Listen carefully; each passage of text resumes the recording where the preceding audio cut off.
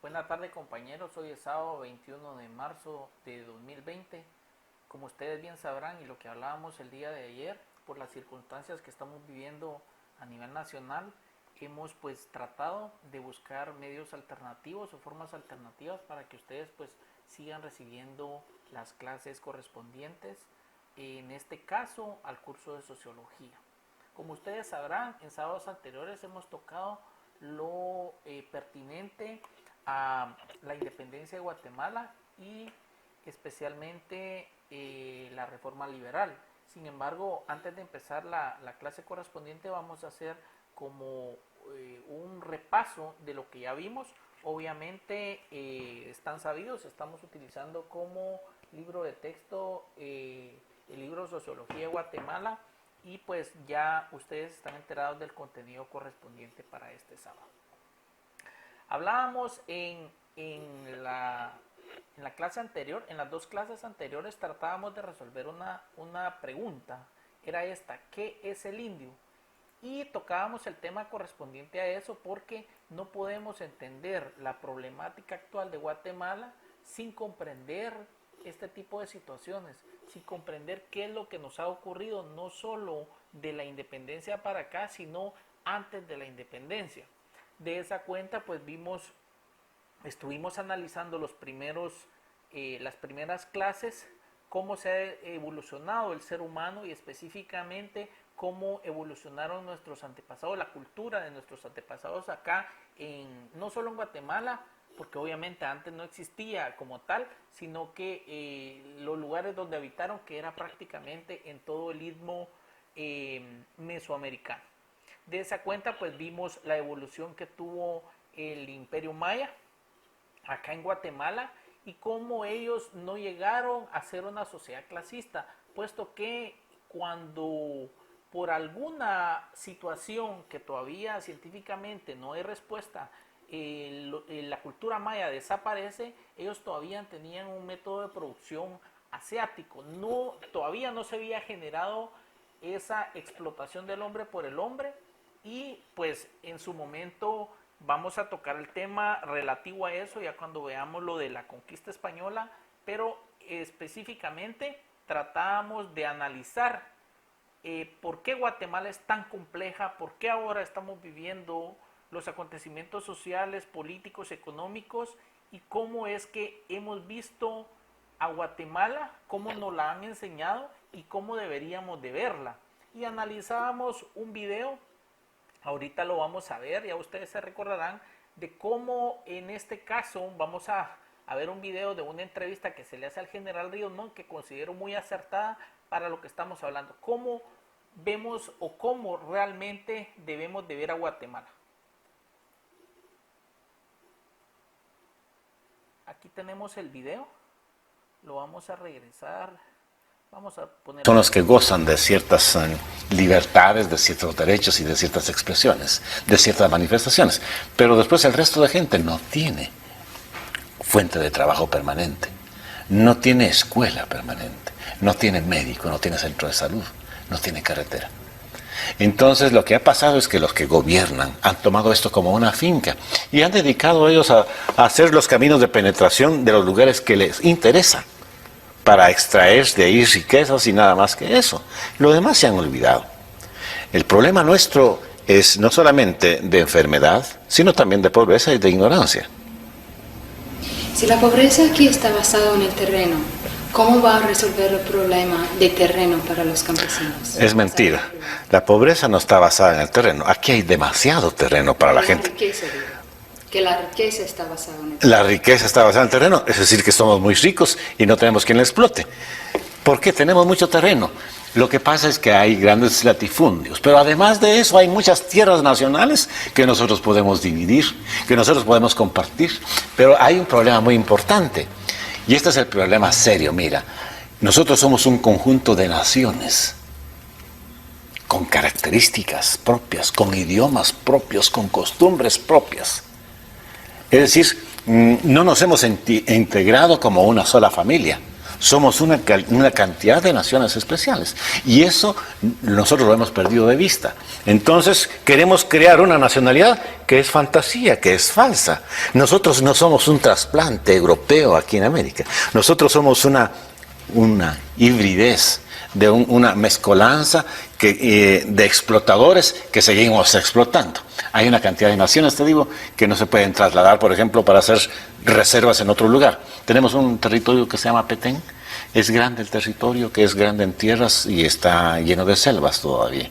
Podríamos poner mucha gente ahí, pero realmente tendríamos que hacer una especie de reservas y no podemos hacerlo si nosotros somos los que en última instancia somos los que estamos invadiendo una nación, una cantidad de naciones.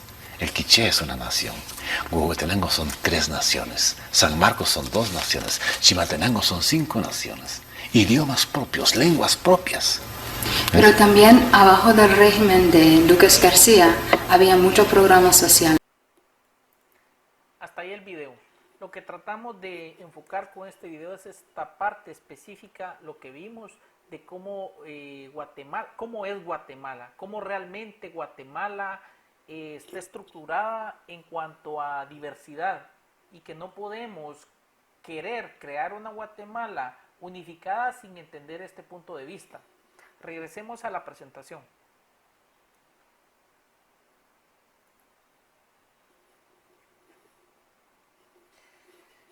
Vamos a hacer la retroalimentación desde la independencia de Guatemala. Este tema ya lo vimos el sábado pasado.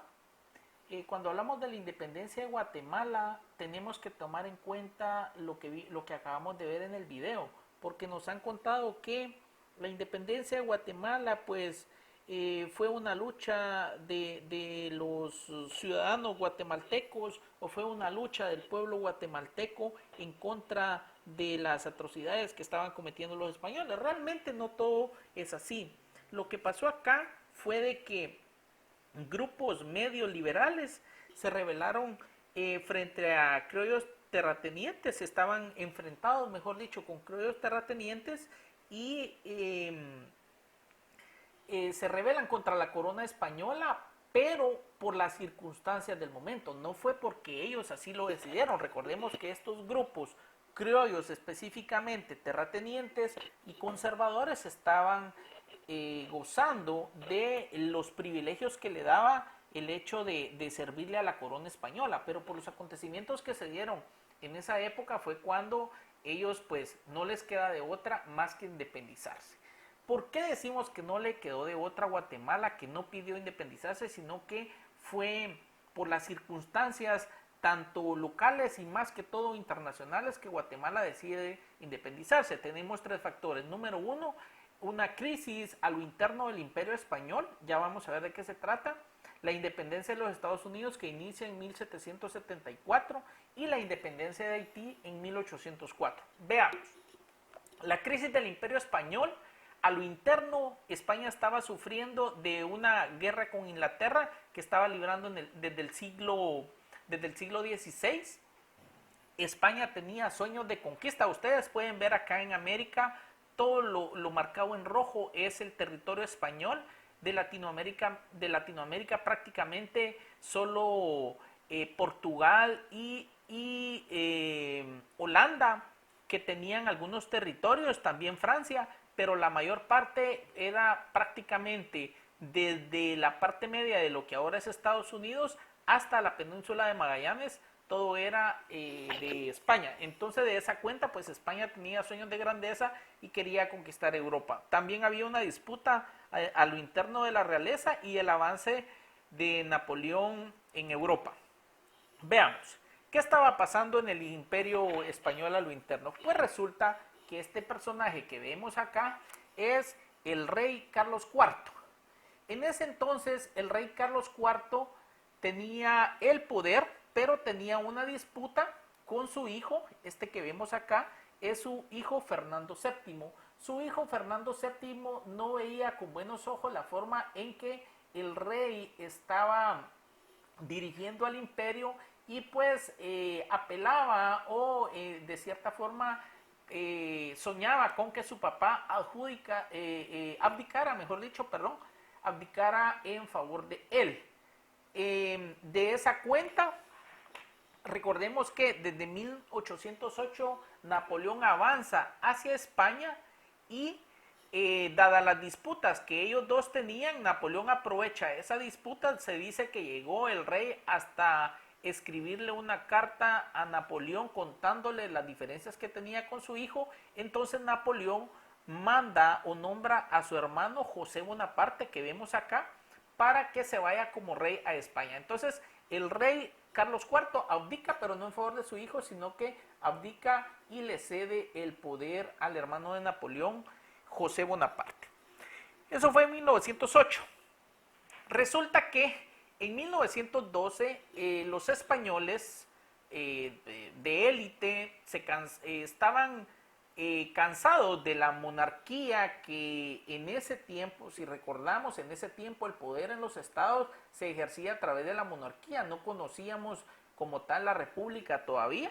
En todo el mundo existían monarquías, y en los españoles en 1812 pues promulgan la Constitución de Cádiz. ¿Qué es la Constitución de Cádiz? Prácticamente es una copia de algo que ya habían hecho los ingleses allá por 1215 aproximadamente, no recuerdo muy bien la fecha. Los ingleses habían dicho, muy bien, nosotros vamos a tener una monarquía, pero esa monarquía no va a ser absoluta, sino que a esa monarquía le vamos a poner como un tope, y ese tope va a ser el parlamento. Entonces vamos a hacer una monarquía parlamentaria. Entonces los españoles, queriendo hacer un copy-paste de la Constitución de Inglaterra, promulgan la Constitución de Cádiz y intentan ponerle un tope a el hermano de Napoleón Bonaparte, que es José Bonaparte. En 1814, el hijo del rey Carlos, Fernando VII, dice, no señores, aquí yo soy el heredero a la corona, y tampoco acepto a José Bonaparte, ni acepto la Constitución de Cádiz. Entonces, esos problemas se estaban dando a lo interno del Imperio Español, y también, obviamente, esas noticias venían a las Américas, que a lo interno de la corona o de las máximas autoridades, pues habían ciertos problemas de ese tipo. Veamos otro de los factores. En 1774, Estados Unidos, no como lo conocemos hoy, acá ustedes ven el mapa al que estamos acostumbrados, esta parte amarilla, no era Estados Unidos. Las 13 provincias eran estas, las que están en color rosa. Las 13 colonias americanas, estas son las que inician a independizarse. Tenían un lema que decía que no iban a tributar mientras no tuvieran representación en el Parlamento. Si Inglaterra no les daba participación en el Parlamento, pues ellos no iban a tributar. Inglaterra no accede a lo que ellos pedían, entonces inician pues la independencia en 1774, y luego la consiguen en 1776. ¿Cuáles fueron los principios en los que estaba basada esa declaración de independencia? Número 1, derecho a la vida, derecho a la libertad y derecho a buscar la felicidad de cada individuo. Nace, acá lo pueden ver, acá se los puse en rojo, nace la República. Ahora estamos muy acostumbrados a este término, pero pongámonos en el año 1776. La primera república en el mundo fue en los Estados Unidos de América. No existía, como les dije anteriormente, solo había lo que conocemos con el término de monarquía. Por otra parte, desde 1779 en Francia se da la Revolución Francesa con Napoleón, pues con sus sueños de grandeza y con sus sueños de emperador. La Revolución Francesa, basada o fundamentada en los principios de libertad, igualdad y fraternidad, inicia también su propio camino. La diferencia entre la independencia americana y el movimiento napoleónico fue que Estados Unidos apela por la república. O sea, dicen ellos, nosotros ya no queremos tener monarquía, ahora vamos a hacer una república con los 3 poderes debidamente identificados, con la división de poderes debidamente establecidos, y no aceptamos un monarca como tal. mientras que Francia pues obviamente decidió el camino de la monarquía y ya sabemos la historia en la que termina pues al final Napoleón en la batalla de Waterloo. Otra de los factores que vemos acá es la independencia de Haití. Haití se independiza de la corona española en 1804 y es bien importante la independencia de Haití porque impacta de tal forma en los criollos terratenientes guatemaltecos que hasta la dejaron establecida en el acta de independencia. Ya vamos a buscar por ahí el acta de independencia. Cuando Haití se declara independiente en 1805, en su constitución establecen ahora todos somos negros. Y dice, todos los ciudadanos de aquí en adelante serán conocidos por la denominación americana de negros. Eso está en el artículo 14 de la Constitución haitiana. Regresemos acá. ¿Por qué decimos que la independencia de Haití le causó gran impacto a los terratenientes y a los conservadores que en su momento ostentaban el poder en tiempo de la colonia en Guatemala? Porque lo que pasó en Haití fue que el pueblo mismo se rebeló en contra de los españoles y fue un total caos. O sea, todo se salió de control, hubieron una gran cantidad de muertos y no fue una independencia ordenada. Por ende, los que ostentaban el poder, pues al final algunos perdieron lo que habían ganado y ese era el temor que tenían los criollos guatemaltecos en ese tiempo. Veamos acá. Perdón, vamos para acá. La pregunta dice, ¿hay alguna diferencia entre la independencia de Centroamérica y la independencia de Latinoamérica? Claro que sí la hay. Veamos por qué. Guatemala, ustedes lo pueden ver acá, tal vez no lo identificamos muy bien porque en ese tiempo Guatemala pertenecía al virreinato de la Nueva España. Todo lo que está en rojo es el virreinato de la Nueva España. Había un virrey que era la máxima autoridad después del rey de España que estaba establecido en México y de ahí venían las órdenes para el reino de Guatemala. Pero ¿qué pasó? Si vemos acá lo podemos ver de mejor forma, podemos ver las capitanías generales. Aquí tenemos el virreinato de la Nueva España, podemos ver las capitanías generales, Cuba, Filipinas, Guatemala, Puerto Rico, entre otras, que pertenecían a ese reino de la Nueva España. Como les decía, dividido en capitanías. Aquí pueden ver ustedes que Guatemala, Comayagua, San Salvador, Nicaragua, Costa Rica y 2 de las provincias de Panamá pertenecían a lo que conocíamos o a lo que conocemos como la Capitanía General de la provincia de Guatemala. Ahora bien, ¿por qué preguntamos esto? Aquí lo podemos ver mejor. Respecto a los virreinatos, teníamos 4 virreinatos. El virreinato de Nueva España, que era lo que vimos anteriormente, el virreinato del Perú, el virreinato de la Nueva Granada y el virreinato de La Plata. De Panamá hacia abajo, la lucha por la independencia fue diferente a la lucha por la independencia del virreinato de la Nueva España.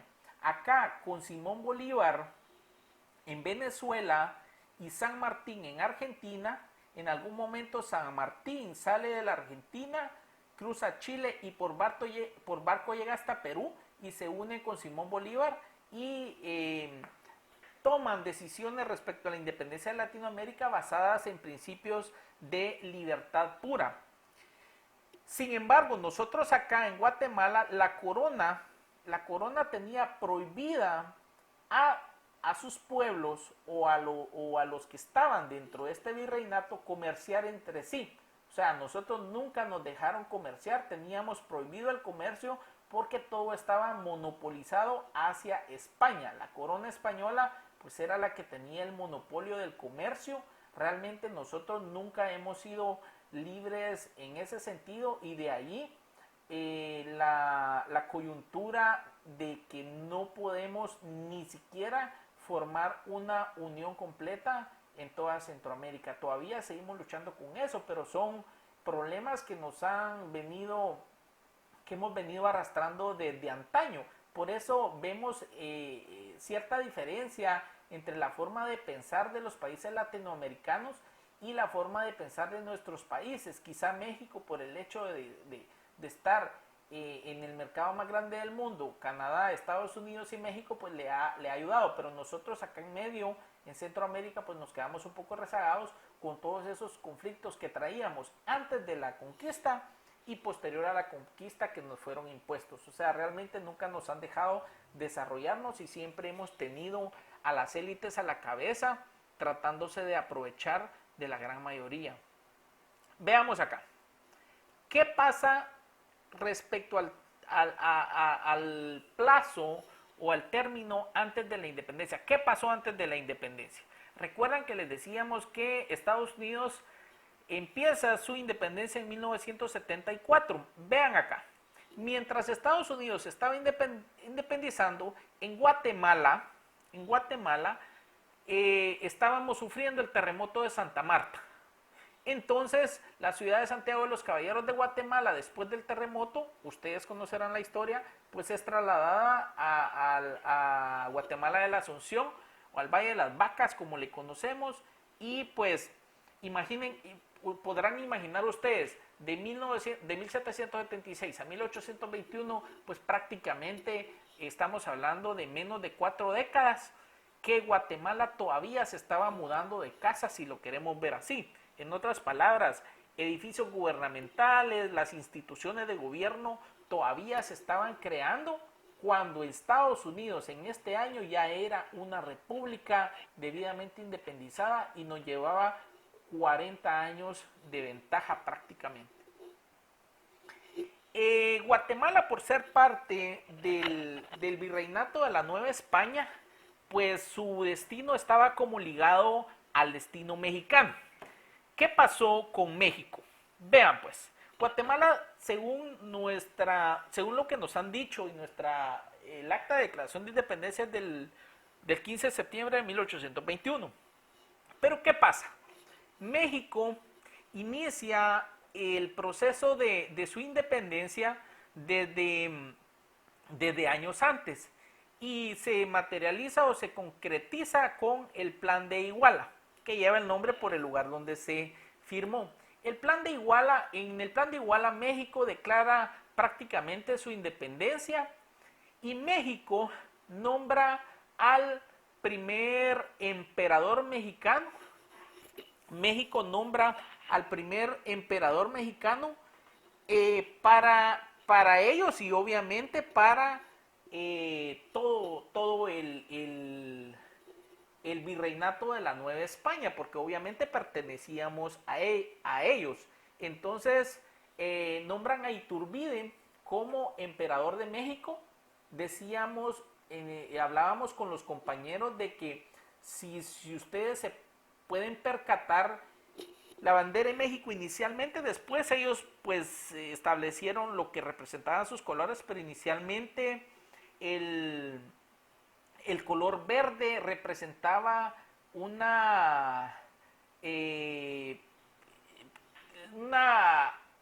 subrogación hacia la fe católica impuesta por la corona española, o lealtad, mejor dicho, hacia la fe católica. El color blanco representaba libertad y el color rojo representaba respeto por la corona española o lealtad a la corona española. Si ustedes se percatan, México, a pesar de que estaba declarando su independencia, estaban tan acostumbrados a la corona española que en su bandera originalmente dejaron establecida la lealtad o el fervor hacia la fe católica, su libertad y la independencia o su lealtad a la corona española. Incluso los mexicanos le piden al rey de España que nombre a un pariente suyo como primer emperador.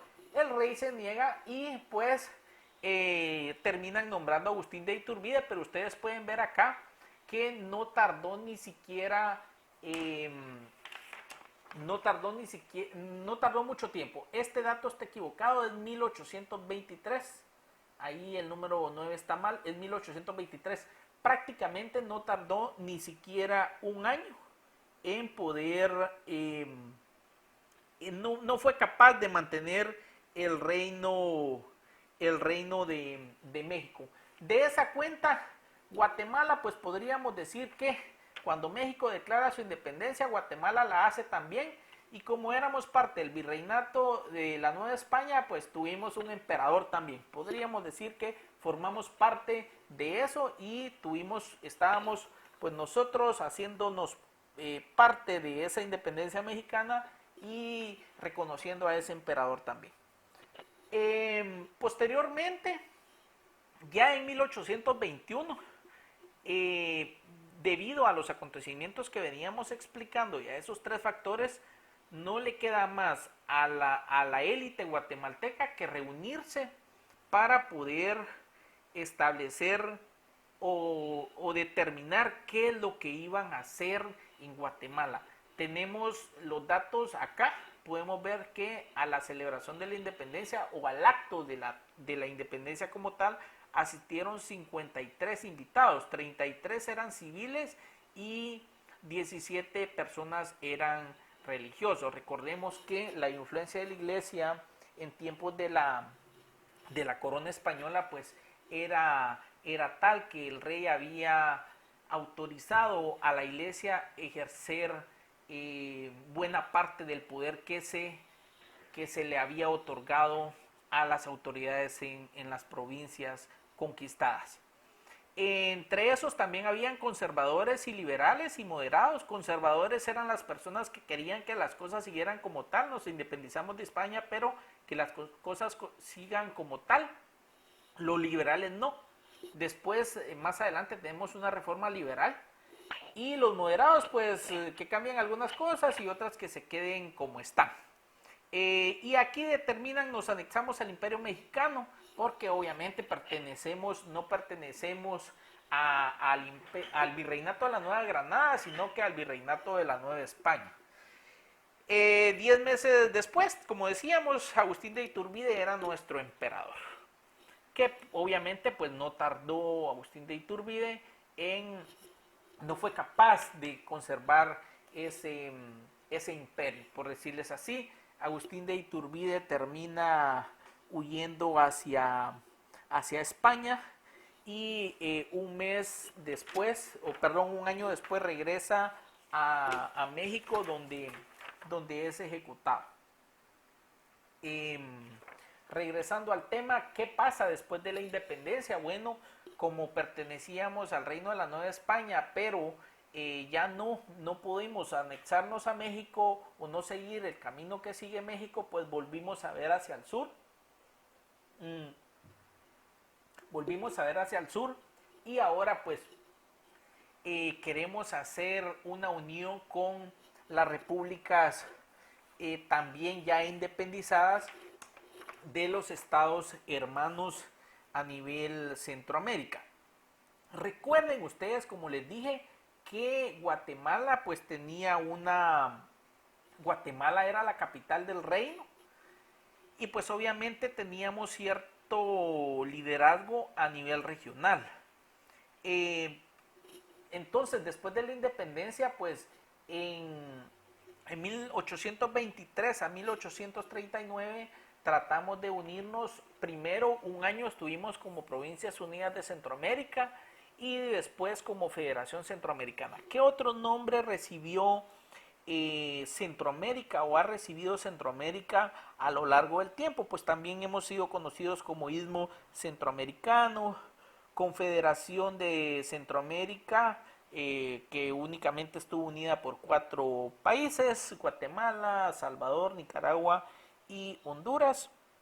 También en algún momento fuimos conocidos como Estados Unidos Centroamericanos o como Federación de Centroamérica, pero en esta última Guatemala no formó parte. O sea, siempre han existido movimientos que han tratado de unir a Centroamérica en una sola región para poder tener pues las mismas políticas económicas, sociales y también políticas. Veamos qué ocurrió con la independencia. Solo antes de esto, quisiera que buscáramos, vamos a ver por acá, vamos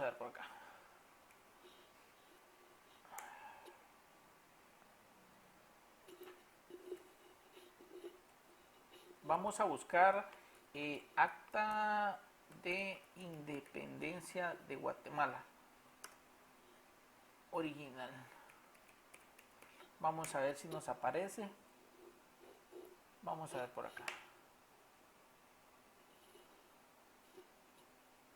Vamos a ver.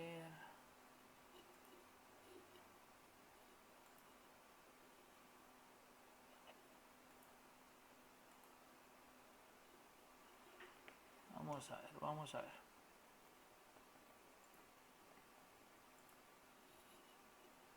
Perdón, creo que me quedé sin...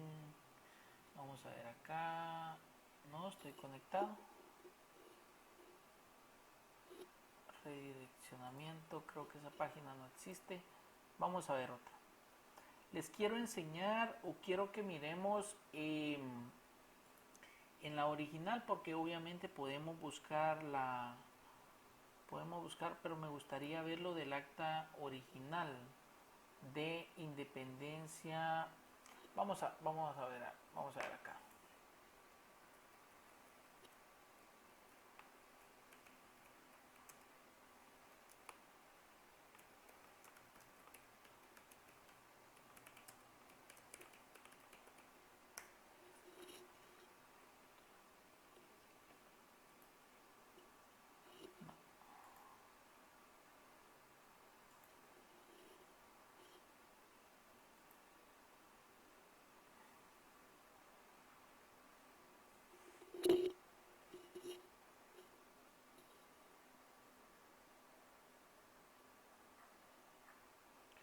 No encuentro un acta de independencia de Centroamérica, acta de independencia de Guatemala.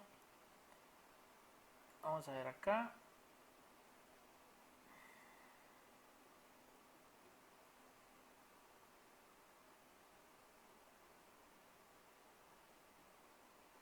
Vamos a ver si me aparece, tal vez logro. Aquí está. Vean ustedes. Dicen, este es el artículo primero. Quiero que recuerden lo que les hablaba de la independencia haitiana y por qué nuestros, entre comillas, nuestros próceres de la independencia declaran la independencia de Guatemala. Que siendo la independencia del gobierno español la voluntad general del pueblo de Guatemala, sin perjuicio de lo que determine sobre ella el Congreso que debe formarse, obviamente porque no existía, el señor jefe político le mande publicar para prevenir, noten ustedes, en el artículo primero estamos diciendo, nos independizamos porque lo que queremos es prevenir las consecuencias que serían temibles en el caso de que lo proclame de hecho el mismo pueblo. ¿Qué significa esto? Que el pueblo no fue quien proclamó la independencia de Guatemala como nos lo han querido hacer saber. Acá tenemos a un grupo de criollos terratenientes preocupados, temerosos por lo que había sucedido en Haití, que lo que estaban diciendo era, estamos teniendo miedo, leamos entre líneas, tenemos miedo de que el pueblo declare la independencia y lo que queremos es prevenir. Entonces la declaramos nosotros. Vamos a dejar acá, vamos a ver si me permite seguir leyendo, porque más adelante vamos a ver otro artículo por ahí. Lo voy a dejar abierto ahí. Ya vamos a ver más adelante qué es. Ahora bien, regresemos acá. ¿Qué ocurre después de la independencia? Vean pues. ¿Quiénes toman el poder después de la independencia? Ya no era la corona española, ahora son los criollos terratenientes que toman el poder. Los criollos fueron la principal clase dominante. Obviamente en Guatemala habían criollos, habían mestizos, que obviamente los criollos nos estamos refiriendo a los hijos de españoles, netamente españoles nacidos en Guatemala, y a los mestizos, pues obviamente son ya hijos de españoles mezclados con indígena. ¿Qué procuraban? Pues mantener su status quo, mantener el dominio de la clase explotada, ahora ya no por la corona, sino ahora por ellos. Se inicia en ese tiempo, desde el hecho mismo de la independencia, se inicia una lucha entre liberales contra criollos terratenientes conservadores. ¿Quiénes ganaron? Pues bueno, después de la independencia fueron los criollos los que siguieron teniendo el poder, pero más adelante, 1870, pues son los liberales los que toman el poder, y ya lo vamos a ver de qué forma.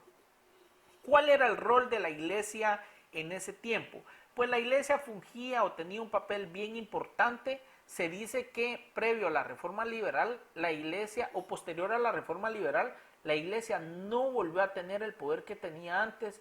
Su poder era casi al mismo nivel de los funcionarios españoles. A la iglesia recurrían los funcionarios españoles cuando querían someter al indígena, o cuando había una sublevación de indígenas, o cuando había un enfrentamiento de indígenas, porque recordemos que dentro de las principales razones por las que supuestamente se conquistó fue para evangelizar a los pueblos de América, que obviamente sabíamos que la principal razón de la conquista era la explotación, pero la iglesia en ese tiempo jugó un papel bien importante en la explotación del indio. ¿Cuál era el status quo de los ladinos y de los indios? Pues los ladinos seguían siendo la clase dominante, y los indios pues seguían viviendo en rancherías, seguían siendo explotados, seguían siendo obligados a trabajar forzosamente, y también tenían que, previo a la independencia, tenían que tributar a la corona. Después de la independencia, pues obviamente se les quita el tributo, pero ahora son obligados a trabajar en fincas, y siguen siendo explotados como mayoría. ¿Qué pasa con la reforma liberal? Antes de la reforma liberal, pues aquí había una lucha de poderes entre liberales y criollos terratenientes, pero posteriormente, en 1871, en 1870, tenemos una reforma liberal liderada por los generales Miguel García Granados y el general Justo Rufino Barrios. Vamos desde 1871 hasta 1944 con la Revolución de Octubre. Eso fue la reforma liberal. ¿Qué pasa? Cuando los españoles conquistan estas provincias, en 1493, repito, en 1493, se le da una bula.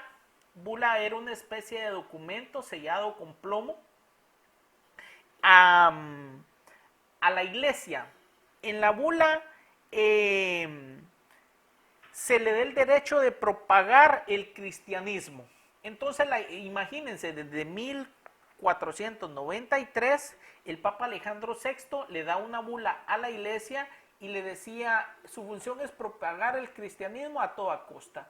Y hay algo que no explicamos anteriormente, era que entre comillas, la corona española no permitía la esclavitud, pero una de las razones para que la corona española sí permitiera la esclavitud era resistirse, número uno, a la conquista, y número dos, resistirse a la evangelización. Bajo ese pretexto, el nativo o el natural, como le llamó en su momento Pedro de Alvarado, o el indio, como posterior a la conquista se le llama a los indígenas o a los nativos, el indio fue sometido bajo ese pretexto de cristianizarlo.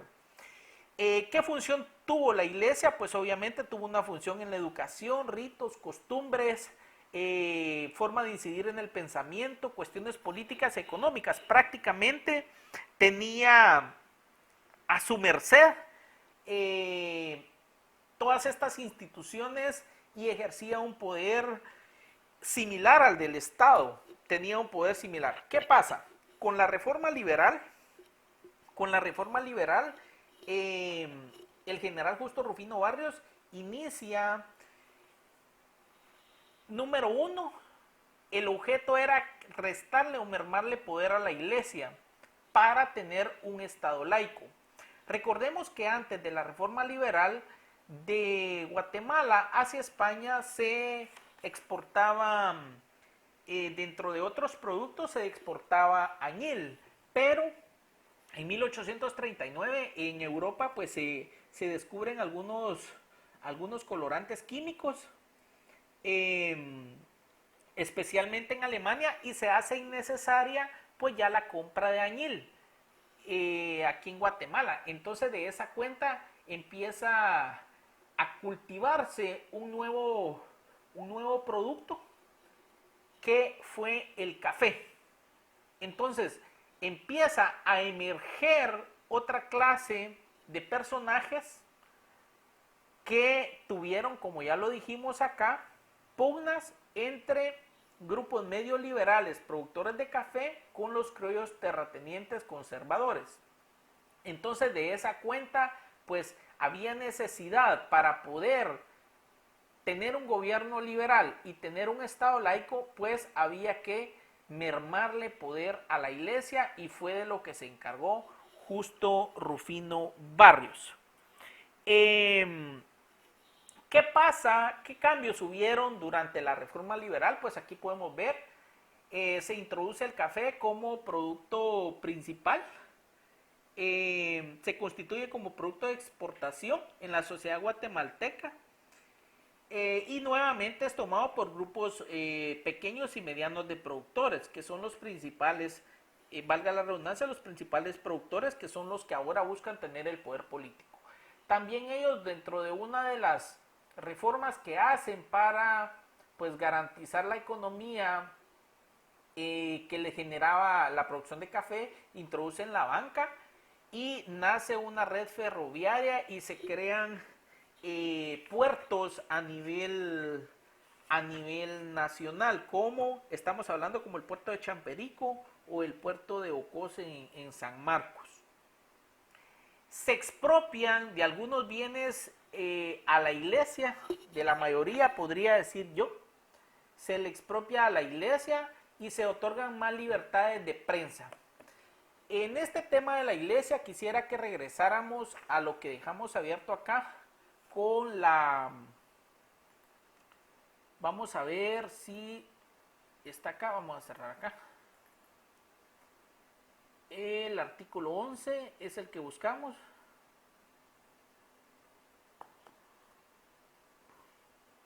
Vamos a ver, creo que está acá. Séptimo, décimo tercero. No lo tenemos. Estamos buscando el artículo 11. Décimo cuarto, décimo quinto, vamos a ver. Vamos a entrar, no quería hacerlo, pero vamos a tener que entrar. Pero este es de la UNAM. No, vamos a buscar. Artículo 11. Vamos a ver acá.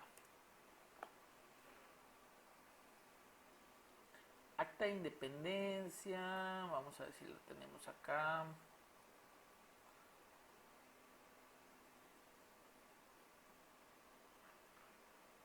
No. Vamos a ver acá. Es como una clase en el grado, compañeros. Así que pues ténganme paciencia porque también estoy aprendiendo con esto. Tengo capítulo 9. No.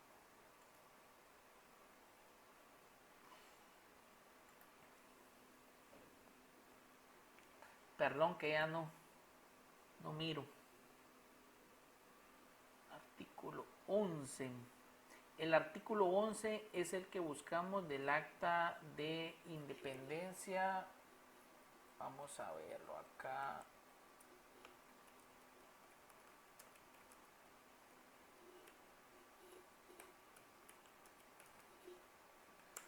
Imágenes del Acta de Independencia, perdón, de Guatemala.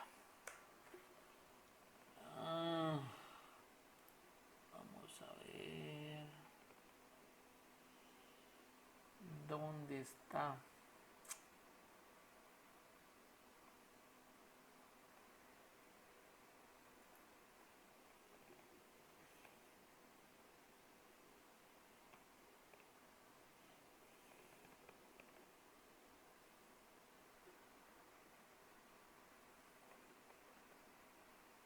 Lo que pasó fue que ya la tenía ubicada, pero justo cuando iba a iniciar la clase se fue la energía eléctrica.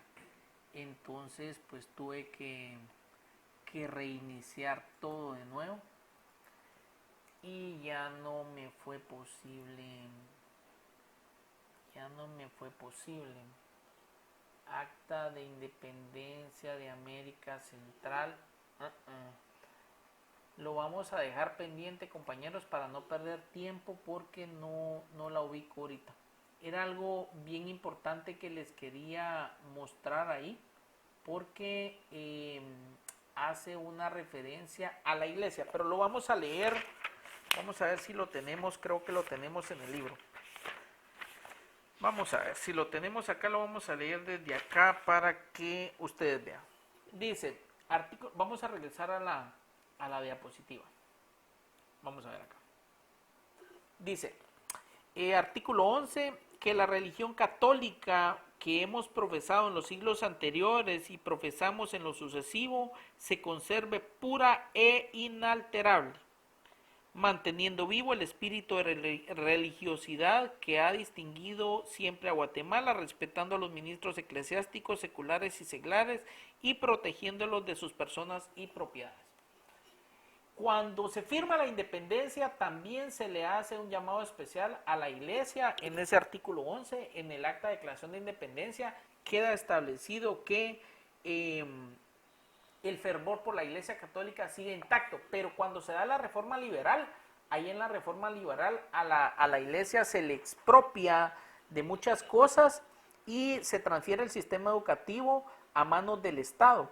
Eso lo que hizo fue generar conflicto con la iglesia, especialmente con los jesuitas.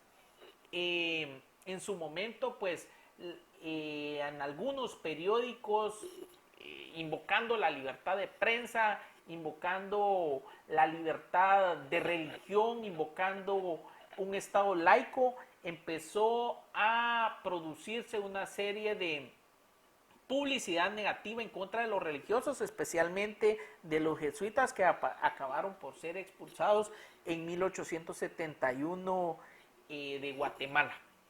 La orden jesuita estaba involucrada y siempre ha estado involucrada. Ellos hacen votos de fidelidad directamente hacia el Papa, lo reconocen como su autoridad directa, no están sujetos a ninguna otra autoridad, hasta donde yo sé. No soy católico, lo aclaro, pero eso les ha causado muchos problemas hasta la fecha de hoy. En 1871, Justo Rufino Barrios, pues los expulsó y fueron a terminar a Costa Rica. Intentaron irse a Guatemala, a Honduras y El Salvador, pero son expulsados hasta Costa Rica.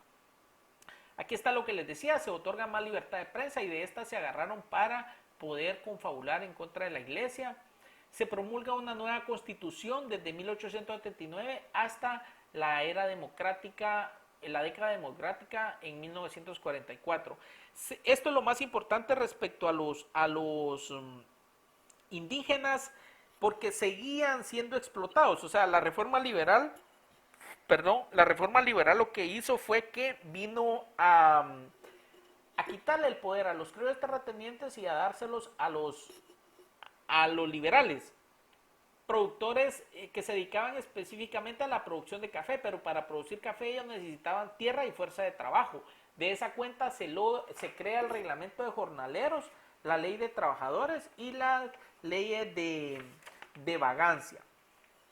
No todo fue malo en esta época. Los logros más importantes es que a partir de ahí pues se estableció un estado seglar, o sea, existe una clara independencia o diferencia entre el poder o las atribuciones u objetivos de la iglesia y las atribuciones del Estado. Somos un Estado laico. Dentro de la, como les decía, dentro de los logros que tenemos también está la introducción del ferrocarril, los puertos, la educación laica y obligatoria, se crearon escuelas, se nacionaliza la universidad, se moderniza la administración pública, electricidad, y creo que una de las instituciones más importantes de esa reforma fue la creación del registro civil, puesto que antes eran en la iglesia donde se llevaban los registros de bautismo y eran los que tenían pues los que tenían valor legal. Entonces se crea el registro civil y con eso se le quita mucho poder a la iglesia. Antes de esto, acá en la reforma liberal se expulsa a la iglesia, pero se le da entrada a las primeras facciones protestantes a Guatemala. En 1882, Justo Rufino Barrios invita al reverendo John Clark y acepta, se le ofrece pagar su estadía, la alimentación y los gastos de su familia. Él acepta y es el principio o los primeros protestantes que vienen a Guatemala. También fue aquí en la Reforma Liberal. Durante la Reforma Liberal también inicia la penetración de las dictaduras, inicia la penetración de las empresas extranjeras, especialmente la United Fruit Company y la UFCO, la United Fruit Company, que era la UFCO, y la IRCA, que es la International Rice Wise of Centroamérica. Una dedicada a la producción de banano y otra dedicada a la construcción y monopolio de las líneas férreas. ¿Qué se les entregó? Pues se firma con la UFCO el primer contrato en 1901. Recordemos que la United Fruit Company es fundada por el señor Minor Kelt y Andrew Preston y fue producto de la fusión de dos empresas, la Tropical Trading and Transporting Company y la Boston Fruit Company. Se fusionan, una tenía el monopolio del banano en el sur de África, si no estoy mal, y la otra el monopolio de banano en las Américas, y se fusionan para formar la United Fruit Company. La United Fruit Company se le entregó, firma su primer contrato y en 1906 se le entregan 68,000 hectáreas de las tierras más apetecibles y mejor cultivables de Guatemala para que fueran trabajadas, y se le exonera de toda clase de impuestos. Igual a la IRCA, en 1913 pues controla y se apodera de todos los ferrocarriles en Guatemala y se le otorgan grandes extensiones de tierra por un periodo de 99 años. El objeto de estas extensiones de tierra era porque para construir la línea férrea pues se necesitaba de durmientes para las líneas del tren. Estrada Cabrera le entrega a la UFCO para su utilización y administración el puerto de aquí del Atlántico, que es Puerto Barrios, y se le concede la exclusividad para el transporte marítimo y el correo exterior de Guatemala. Imagínense ustedes el poder que estas empresas llegaron a tener y la incidencia política, económica y social que tuvieron en Guatemala. La UFCO tarda en Guatemala desde esa época hasta 1965, cuando se retira de Guatemala, le entrega sus plantaciones de banano a Del Monte Fresh Company y a la bananera Bandegua, lo que conocemos como Bandegua, se le conoce, a Chiquita se le conoce como la sucesora de la UFCO. Posteriormente, cuando veamos lo que corresponde a Arbenz, a Jacobo Arbenz, vamos a volver a tocar el tema de la UFCO.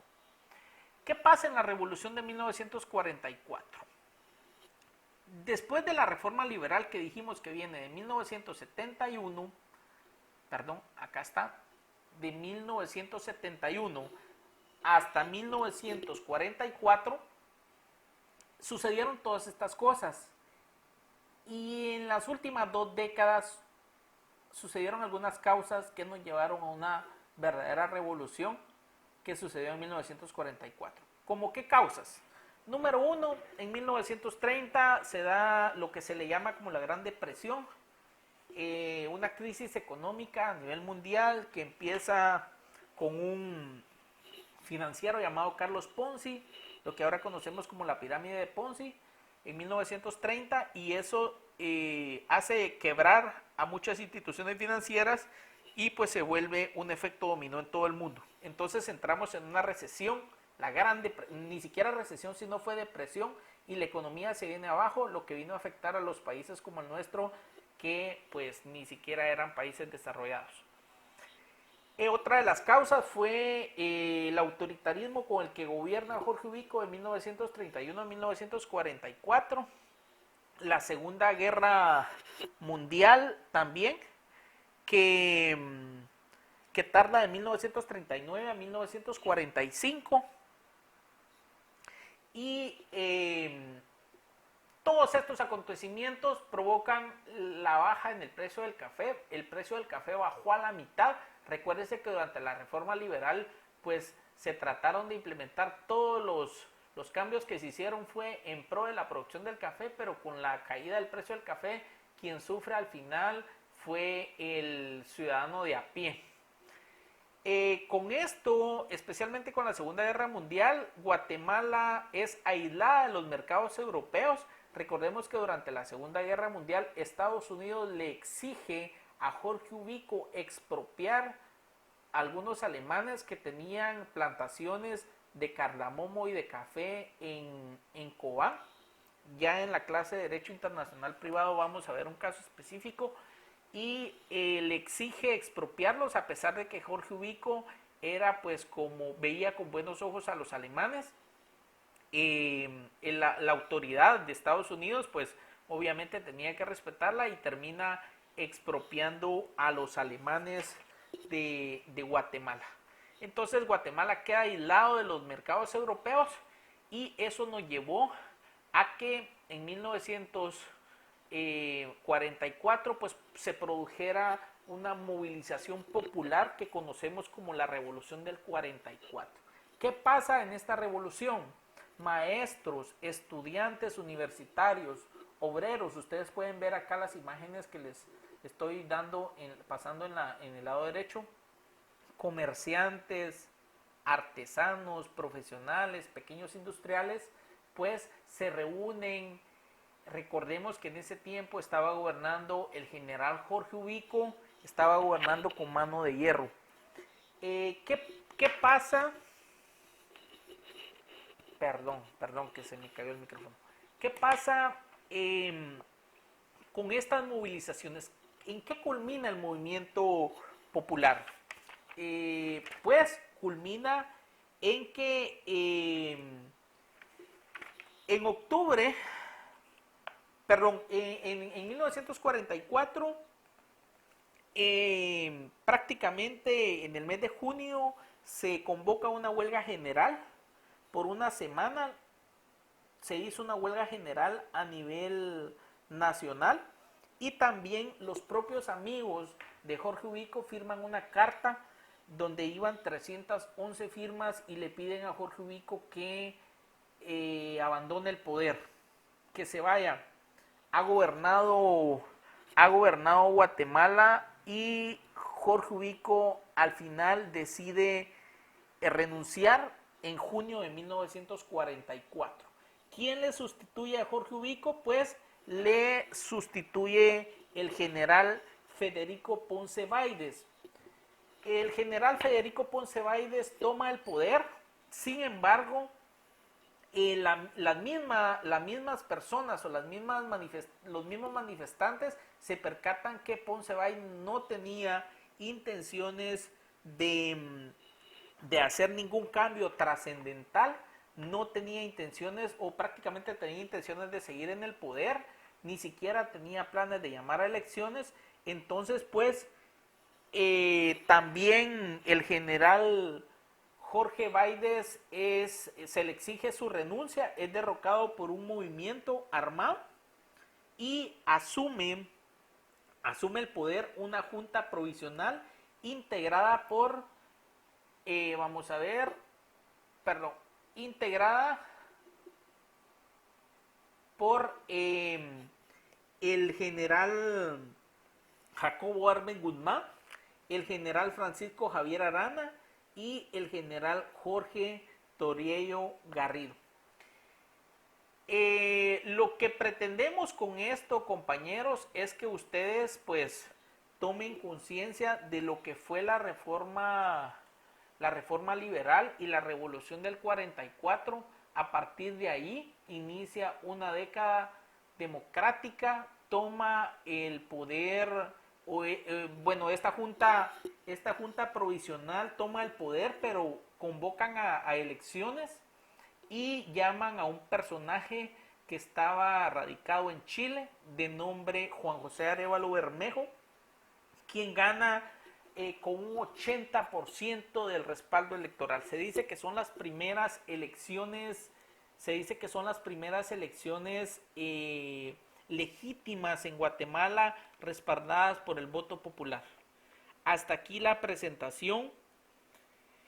Para el día miércoles, ustedes en la plataforma de Blackboard tienen que hacer un resumen de 2 hojas de ambos lados, tamaño carta, con su nombre, su número de carnet y la fecha de ese día miércoles, y subirlo a la plataforma de Blackboard. ¿Qué van a hacer en ese resumen?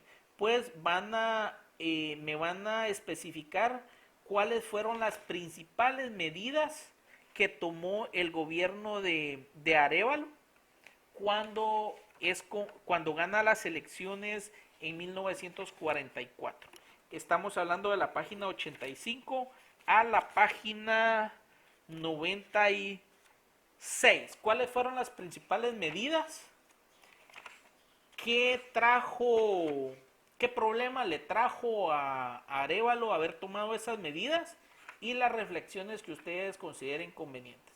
Entonces, un análisis de 2 hojas, tamaño carta de ambos lados, y lo tienen que cargar en su plataforma de